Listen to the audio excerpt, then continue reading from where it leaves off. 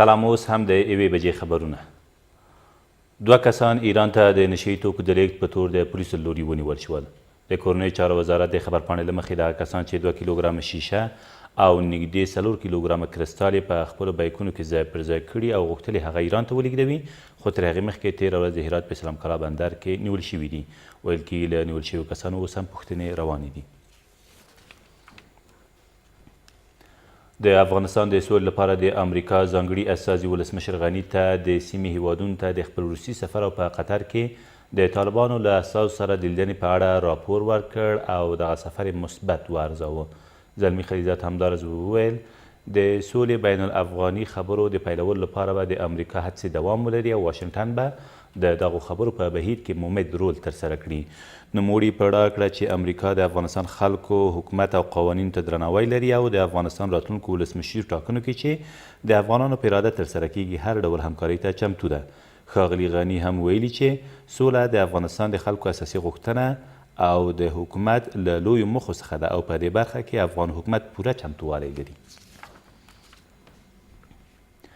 له دې سره سم مخکیني ولسمشر حامد کرزي د افغان سولې په اړه د امریکا له ځانګړي استازي سره په کتنه کې ویل له هر هغه ګامه چې په افغانستان کې د سولې او ملي حاکمیت د ټینګښت لامل شي ملاتړ کوي. ښاغلي کرزي په دې ناسته کې چې تېره ورځ په دفتر کې ترسره شوه همداراز په دې لاره کې د هر ډول همکارۍ ټټر وواهه. د مخکیني ولسمشر حامد کرزي د رسنیو دفتر د معلوماتو له مخې زلمي خلیزاد هم په دې کتنه کې په سولې بهیر کې د وروستیو تحولاتو په اړه ښاغلي کرزي ته معلومات ورکړي، خو د دغو معلوماتو د جزئیاتو په اړه څه نه دي ویل شوي. د غور امنیتي مسؤلین وایي طالبانو د دغه ولایت په مرکز کې 3 مسافر په ډزو سره وژلي او د یوې ښځې په ګډون 3 نورې ټپیان کړي دي. د دغه ولایت د امنیت آمر زیاتوي دغه کسان چې د دایکنډي ولایت اوسیدونکي دي له هراته د غور له لارې دایکنډي ته روان وو چې تېره ورځ سهار وختي د فیروزکو ښار په برخانه سیمه کې له یادې پیښې سره مخ شوي دي. ویل کېږي په ټپیانو کې یوه میرمن هم شامله ده. طالبانو لا تر اوسه په دې اړه څه نه دي ویلي.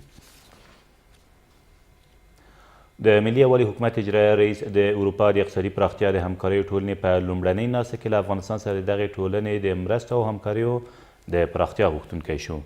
عبدالله تېره ورځ په پاریس کې د دغې ټولنې په ناسته کې په خپله وینا کې سره دی چې د کوچنیو او منځنیو سوداګریو پراختیا یې د ملي یووالي حکومت له لومړیتوبونو یاد کړ. همداراز یې په ډاګه کړه چې له هڅو سره افغان حکومت لا تر اوسه د کوچنیو او منځنیو سوداګریو لپاره روښانه او مدونه تګلاره نه لري.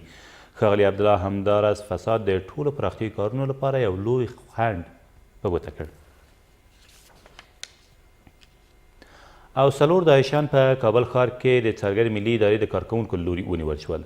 څارګر ملي ادارې د خبرپاڼې په خپرولو سره وایي دا کسان په کابل ښار کې د ترهګریزو بریدونو او په تورونو بوخت وو چې بالاخره د یادې ادارې په ځانګړو عملیاتو کې نیول شوي دي. ویل کېږي له یادو کسانو یو شمېر وسلې هم ترلاسه شوي دي.